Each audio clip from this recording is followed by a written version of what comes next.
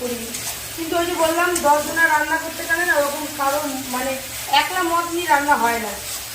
তো বিরিয়ানিটা হচ্ছে ওরকম হয়েছে, জানি তোমরা অনেকেই বলছিলা যে দেখেছি দু একটা কমেন্ট যে সাদা ভাত, কী করবো বলো?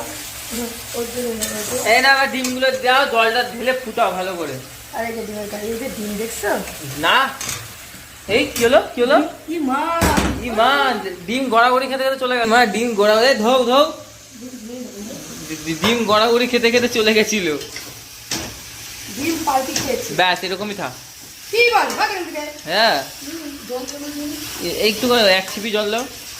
আর তোমাদের দাদাভাইয়ের জন্য অন্য খাবার আছে, ও এসব খাবে না বলে দিয়েছে যে আমি কিন্তু বিরিয়ানি একদম খাবো না, তার কারণে ওর জন্য একটু অন্য খাবার আছে। কি খাবার আছে এটা পরে দেখাচ্ছি। আন্না আন্না আন্না জলদি না, জলদি না, কত জল দিচ্ছ?